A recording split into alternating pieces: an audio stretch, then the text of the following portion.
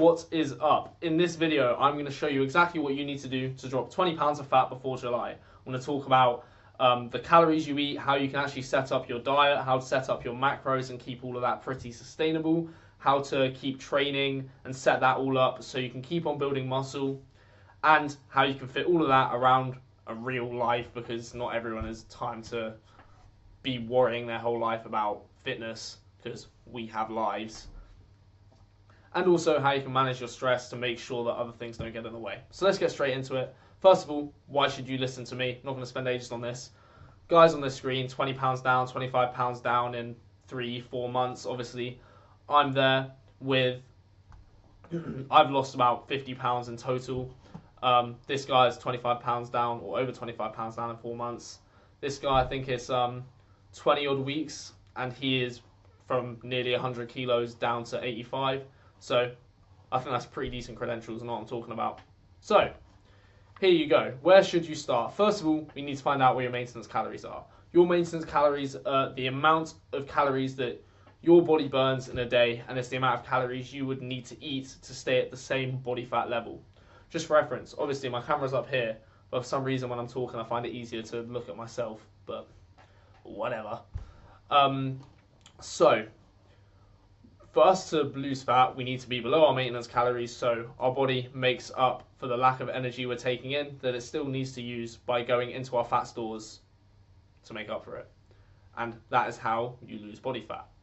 So for you to lose 20 pounds of body fat before July, so in 12 weeks time, at least at the time I'm making this video, you would need to lose 1.7 pounds per week, which means there's 3,500 calories, 3,500 calories-ish in a pound of fat.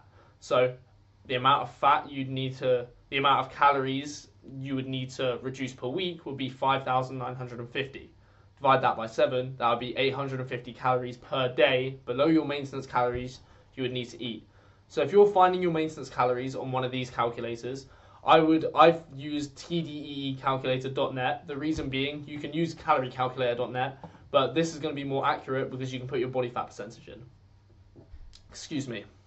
So for this person, if you are doing 4 gym sessions a week, per se, 10,000 steps a day, you're probably going to be in between this moderate and this heavy exercise place. I would go for the lower option just to be safe.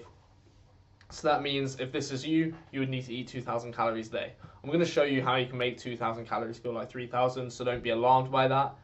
Equally, what you can also do is literally go to ChatGPT and give it pretty specifically your activity level. Say you go to the gym 4 times a week for an hour and you do heavy strength training and you rest for 3 minutes in between sets, whatever, and you do 10,000 steps a day, and your height, your weight, your age, obviously if you're a male, if you're a female, your body fat percentage, and it will give you a pretty decent starting point with your maintenance calories as well. Then, so to make sure your activity level is high, make sure use that 10,000 steps as the baseline. The reason 10,000 steps is important is because when you're in a deficit, you have less energy, you're probably just going to subconsciously move less. That 10,000 steps just means you have a baseline for your activity to make sure you're still burning enough calories from, well, because you're going to subconsciously move less, like fidget less. It's just making up for that pretty much. Could have explained that a bit better. But the next thing as well is you need to adjust as you lose fat. The reason being is as you lose fat, your maintenance calories are going to go down because you're just becoming a smaller human being. So how you can adjust with that, it's all pretty much always better most of the time to increase your activity, and rather than reducing your calories, because to be honest we just want to eat more, like it's nice, you know. So what I put here is every time you lose a kilo of fat, it's going to be around 20 or 30 calories off of your maintenance. But if you increase your steps by 1,000, it's going to be an extra 30 to 60 calories onto your maintenance, depending on your body weight. So if you're a lighter person, so at 50 or 60 kilos, you'll probably be on the lower end. If you're a heavier person, say like 90 kilo plus, you'll be on the higher end. So, for example, with clients, I tend to increase their steps up until, well, when they're losing fat, up until where any more steps doesn't really fit into their schedule. So normally beyond 12 or 13,000 steps isn't manageable. Anything up until there is very reasonable to get in. I'll show you how you can fit it into your schedule shortly. So that's when I'd start to reduce their calories. The reason being is it means you can stay in that 850 calorie deficit the whole time, because if your maintenance calories are changing, it means the calories you eat are going to have to change so you can stay in that deficit. The other thing you can do with your calories is carb cycle, which means, so pretty much as long as your weekly calories are equaling the amount of calories that you need to eat across the week to lose that weight, how much you eat on a day-to-day doesn't matter as long as you meet that weekly calories. For example, with that 1.7 pounds example that I spoke about, eating that 850 daily deficit, that's a 5,950 calorie weekly deficit. So say this was my maintenance calories on screen here. If I ate 5,950 calories below that across the week, whether I'm eating the same amount of calories every day or not, it doesn't matter. And the reason that's important is what you can do is eat more on the days you go to the gym and train, and eat less on the days which are rest days. And that difference in calories can be made up of carbs. Not everyone does that, some people do, but it can be a useful tool. So, but how can you set up your macros? So, per pound of your target body weight, protein between 0.8 and 1 gram, fats between 0.25 and 4.4 grams, and carbs just the rest of your calories. The reason is set up this way. Protein, any more than 0.8 grams per pound or 1.6 gram per kilo of a realistic healthy target body weight. Healthy target body weight means a healthy body fat percentage. Any more than that isn't going to do any more for muscle growth. But protein is, one, the most satiating macronutrient, and two, it uses the most calories for your body to digest. So if you prefer eating higher protein, there's nothing wrong with that.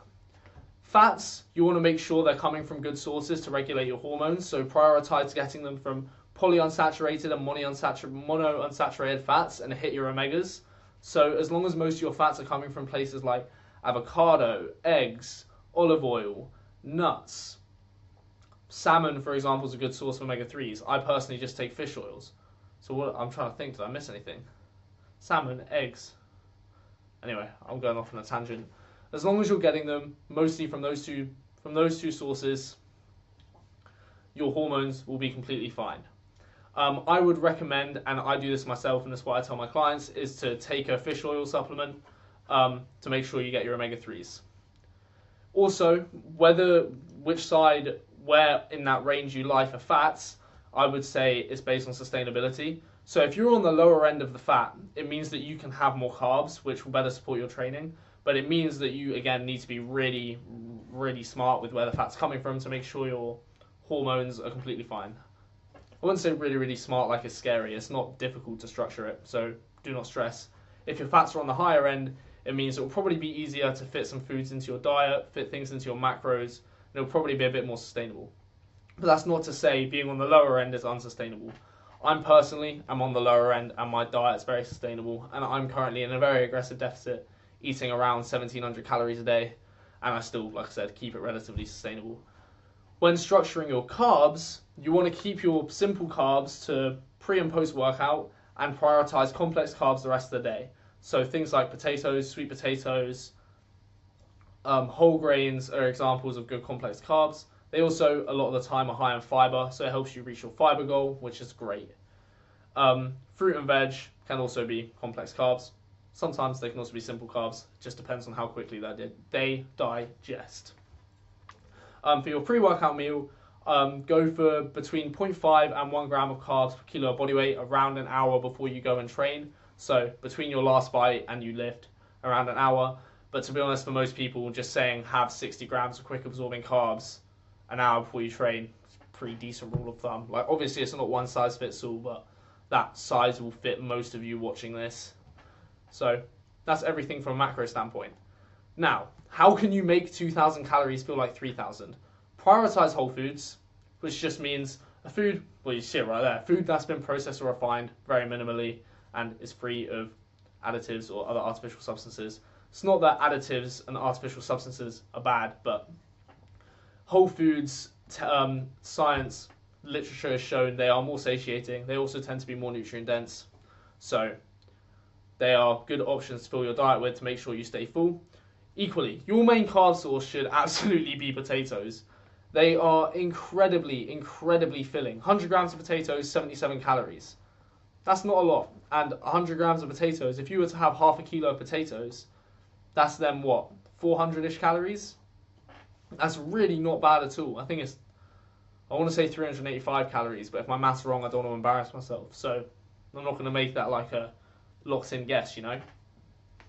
But potatoes should be your main carb source, 100%. They're also cheap, so it's great. Sweet potatoes are good as well, but potatoes have more satiety per calorie, and also I think they taste significantly better than sweet potatoes. And you can easily just chop them up really quickly, stick them in the air fryer, put some seasoning on them, bang, just made some homemade air fried chips. Tastes lovely, easy, can't really get bored of it. Volume eating. It's not complicated to do. Literally, if you have at least 2 servings of fruit and veg in each meal, you will be fine. For example, I had a Greek yogurt bowl for my breakfast this morning. Yogurt's a great thing to start your breakfast with, super high volume, low calorie. I put blueberries and kiwis in there. That makes the meal high volume. I'm still full from it. If you were to have ground beef and rice as one of your meals, for example, you could put carrots and peppers in there, for example. If you were having chicken and potatoes, you could also add maybe some leafy greens. You could also add some peppers, maybe some cucumber. And literally what you're doing is doubling the size of your meal with adding maybe 50 calories, 100 calories max. The other thing I'd say is really good. Pace yourself when you're eating. 2 good ways to do this, or say 3 actually. 1, use a smaller eating utensil, so a small spoon. I eat my yogurt bowls in the mornings with literally a teaspoon instead of a tablespoon now, because it makes me eat slower. 1, I actually enjoy the food more because I'm eating it slower, and also I chew more. It's also good for my digestion because I'm chewing more instead of just inhaling it, which I would do otherwise. And it just makes it last longer, so more satiating. Another thing you can do is choosing to eat out of smaller bowls instead of bigger bowls because it makes it feel like it's more food. Also, drink water at the same time. This is empty. I don't know why I'm... if you drink water while you're eating, like one of my friends, Ryan, he's a coach as well. He's on a bodybuilding prep. One of the tips he gave, and I really liked it, was have a bite of food, take a sip of water. Have a bite of food, take a sip of water. And I thought that was a really good tip, and I've started doing that. I thought it was a great way to pace yourself. What you can do to keep it sustainable in the sense of enjoying your diet as well is keep foods you like in your meals to satisfy cravings. When it comes to structuring your meals, I go healthy fat source, complex carb source, protein source, 2 servings of fruit and veg, then something to make it taste nice. They can cross over because maybe your carb source is also a healthy fat source, your protein source is also a healthy fat source, whatever. But that's a good rule of thumb to use. For example, I put dark chocolate in my yogurt bowls sometimes because it makes it taste nicer and it gives me the chocolate fix. Or sometimes I have some tortilla chips with my ground beef and rice. Again, it gives me that craving satisfied. And it's pretty easy to fit into your calories, keeps it sustainable, and you can also plan things in. For example, if I was to have a Halo Top or a Ninja Creamy, or maybe I know I'm going out for dinner with my partner or whatever, I can plan those things into my diet. So even though I'm eating less calories, it's still easy to fit in. And all you need to do is plan ahead. If you know that thing is happening the day before, if you know you're going out for food, normally you can check menus beforehand, or you can have an idea of what you can eat. And then you can use tracking, because you can track it prior, to then make dieting less restrictive. You track it all in advance so you know it fits in, you can do whatever it is guilt-free, and then just structure the rest of your day of eating around it, making sure it's high volume so you're satiated, you still hit your calories, your macros, and your micronutrients. The other thing I didn't mention is having those 2 servings of fruit and veg is going to make you pretty sound on the micronutrient front. What you can also do when you're tracking is, if you eat pretty similar every day, which I would recommend you do because it makes life easier, as long as you actually enjoy the way you're eating and you still don't get bored of it, you can see anywhere your diet is lacking in terms of micronutrients and supplement that from there. For example, I have a calcium supplement and I have omega-3s. I also take electrolytes. So dieting's great to be less restrictive. The other thing, if you are going to a restaurant per se, make sure if you're going to a restaurant, you'll probably have something relatively high in protein. I would leave some fat for the meal because restaurants tend to have meals high in fats. It might be cooked in butter or whatever. Make sure you've hit your fiber before and you've hit your steps before. You've probably left like 30 to 40 grams of protein, a little bit of carbs, and a decent amount of fat. I hope that all makes sense. Now, managing stress. This is super, super important because overeating and binging can very much come down to emotions as well as cravings. For me, they definitely came down to emotions more than cravings. Because when I was stressed, I turned to food instead of anything else, which pretty big problem for me. So, those 10,000 steps that we're using as a baseline, you can use that to manage your stress. That can be a time of mindfulness, a time for you to escape, whatever you think of it as. Whether maybe you're listening to a podcast while you walk, maybe you're listening to, I don't know, just something mindful, or maybe you're not listening to anything. Me personally, I'm religious. When I'm walking, I literally talk to God. It's really, really nice. Sometimes when I'm walking, I listen to podcasts. Sometimes I listen to nothing at all and just walk and think and enjoy nature, whatever, because nature's nice. I find that nature really calms me. It's one of the reasons I love hiking. So another thing you can do is just make time for a hobby. Me personally, I build Lego. So Lego there. Got another one. So I try and do that most evenings for at least half an hour to give me a bit of an escape from the work I'm doing and make sure that I don't get too stressed and I don't go and turn to food.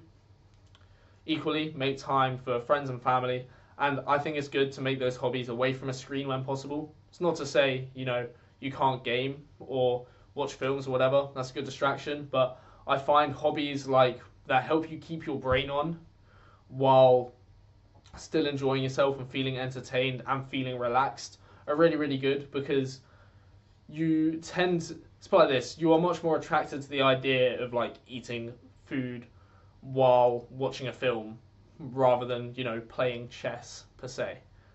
And your hobby could be playing chess. I have clients who meditate. Obviously I have clients who play chess. I build Lego. I have some clients who literally just walk, some who play games. It's completely up to you, and it's just about what works for you. The other thing I'd say is it's good to integrate that into your evening routine. I have some clients who read and play guitar, doing that before they go to bed after a long day of work. It's nice to let your mind wind down a bit away from a screen, and it can help your sleep quality too. And sleep's important. It's going to help with your stress, help with your hunger as well. So, super important there. And like I said, a lot of fitness is mental. If you can manage your stress well, it's going to make it easier to stick to your diet, stick to your plan. And it's also going to make your gym sessions better because you're going to be in a better headspace when it comes to actually go and train. So, talking about training.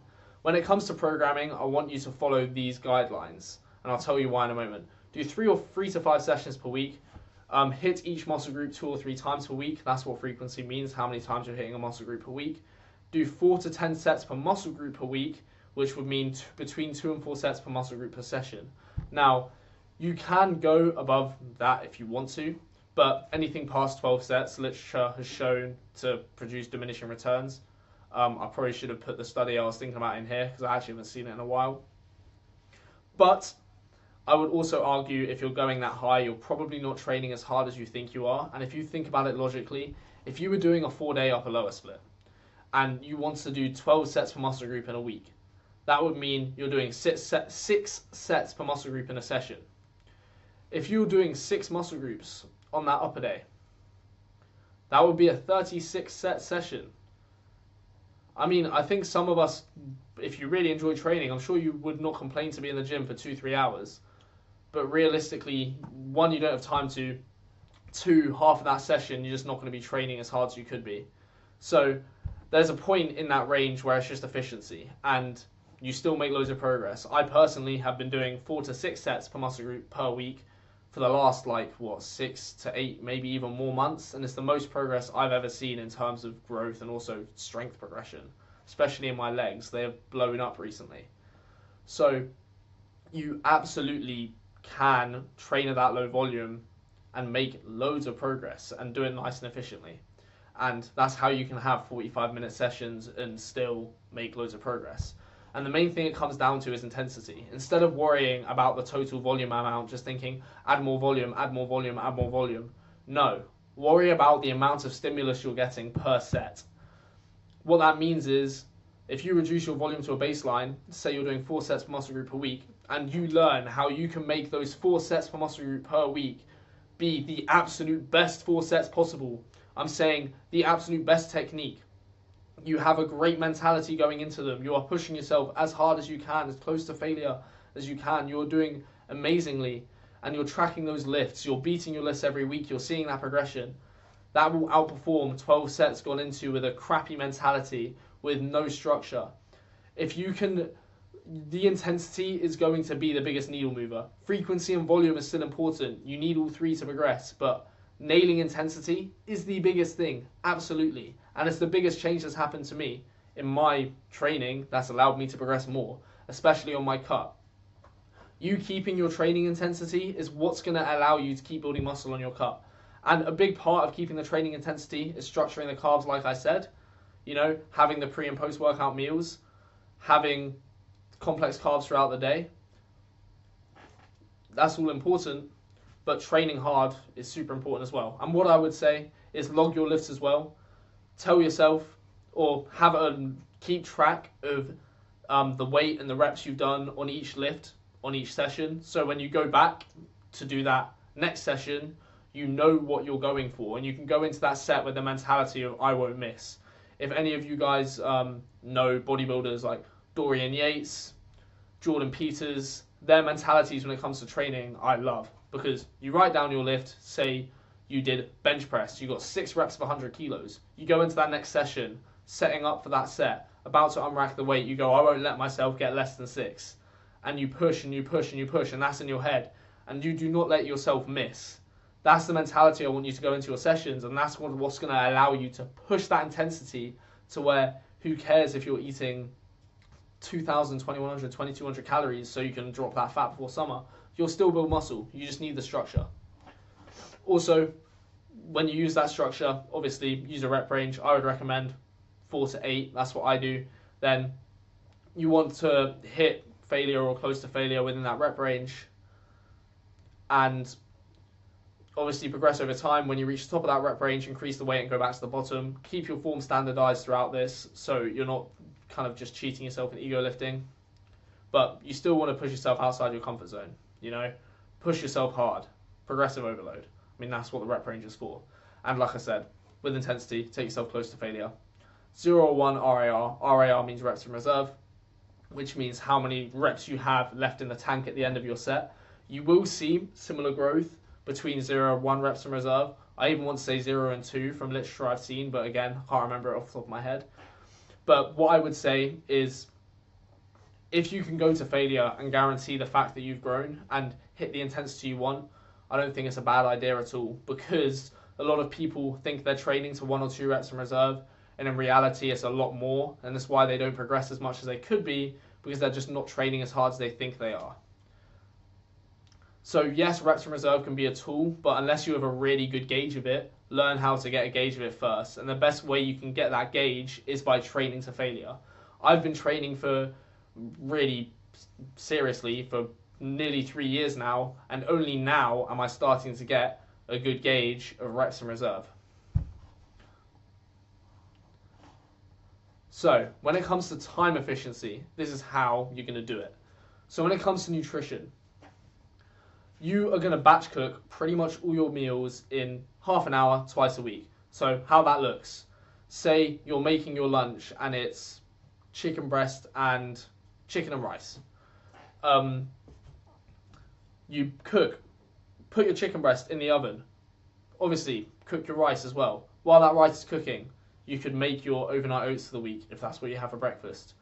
You could also pre-cut your potatoes, so when you get home from work, you only need to put them in the oven.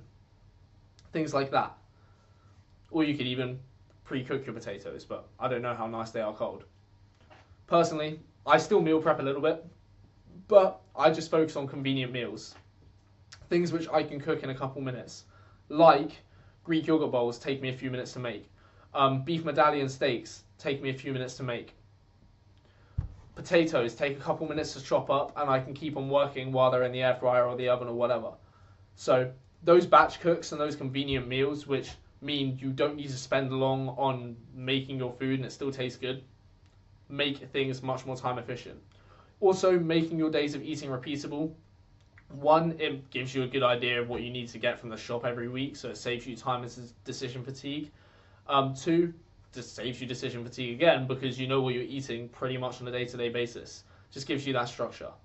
Doesn't mean you need to eat the exact same thing every day, but just having a decent idea of what you're eating on a day-to-day can make your life easier. Then when it comes to steps for saving time, if you work in an office, so what I did when I was still at my old job is I'd just park far away from my building, and I would get a good 2,000 steps in from just having a 20-25 minute walk to and from my office building.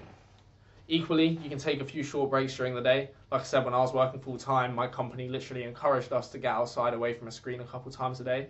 If you take a few 10-15 minute breaks, that's good. And then if you manage to fit, when you're at home, maybe half an hour to 45 minute walk in, alongside those two 20-25 minute walks between your car and the building, maybe two 10-15 minute breaks, you will hit 10,000 steps on top of the amount of steps you do anyway. And if you work from home, just get a walking pad. I have quite a few clients who have a walking pad for when they work from home, and it's literally a lifesaver. So they're really, really cheap. You can get them from under £100 just off Amazon. Very, very good investment. And the final thing with time efficiency is just have a routine. And I was talking to one of my old clients about this as well the other day. If going straight from work to go and train, it saves you so much time, because you'll be surprised the amount of time you waste when you get home from just procrastinating or not going to the gym. You will save a lot of time going straight from work to the gym. It also means you don't skip it and you don't waste any time. And what you can do, have your pre-workout meal at the office. What I did is literally in the car park, before I got in the car to drive to the gym, I would take my pre-workout with my boot open. I still have videos of it on my phone. It's quite funny, actually. I have a few videos, I think, of me like literally choking on my pre-workout in my work car park. But great memories. And then going there straight from work makes your life easier. And it plays into, like I said earlier, removing decision fatigue. And other ways you can do that, as well as having those repeatable days of eating, doing those batch cooks and having those meals with you. Prepping is really important for decision fatigue. If you have all the meals that you need to eat from doing those 30-minute batch cooks ready, you're probably not going to go off plan. If you if you choose to not buy loads of snacks that you don't need, you're probably not going to go and mindlessly snack. If you equally don't go shopping when you're hungry and buy loads of things you don't need. Trust me, I do that as well. Literally going shopping when you're hungry. One, puts your grocery bill up. And I say grocery, I'm getting Americanized, dude. But also buy things you don't need. So, and equally what I tell people to do is spend 5 to 10 minutes the night before, the next day, just making sure your meals are sorted, your gym bag, your work bag, your clothes, your pre-workout meal, everything's packed, because it means you don't need to do it in the morning, and again removes decision fatigue. Removing decision fatigue and making your life easier for your future self is one of the biggest things when it comes to time efficiency. It really, really is. Something that I do, obviously in running my business, is the night before, I plan out what my day looks like. For example, that's my schedule for the day today. But that is it. So I hope that was useful for you. Obviously, I mean, they're the same transformations on the screen. From the first slide, I just copy and pasted them. But I really, really hope that was useful and that made sense. I've managed to do this with no cuts, so I'm pretty proud of myself. But if you do want more one-to-one support in losing that 20 pounds, maybe it's more, maybe it's even less, before summer, so you can step onto that beach and be chuffed like these guys when that shirt comes off, then you can message me, Change on Instagram, ask me any questions on Instagram as well. Obviously, follow me if you haven't already, but I'm sure a lot of you watching this video have come from Instagram anyway. But also, a consult call link is in the description. So if you want to book a call with me and talk about getting coached, we can do that there. And that's just going to make sure you have the accountability to go from A to B. But either way, I hope this was useful to you. Any feedback is welcome. Drop it in the comments. Like, subscribe, all that jazz. And I will catch you all in the next video. Take care, guys.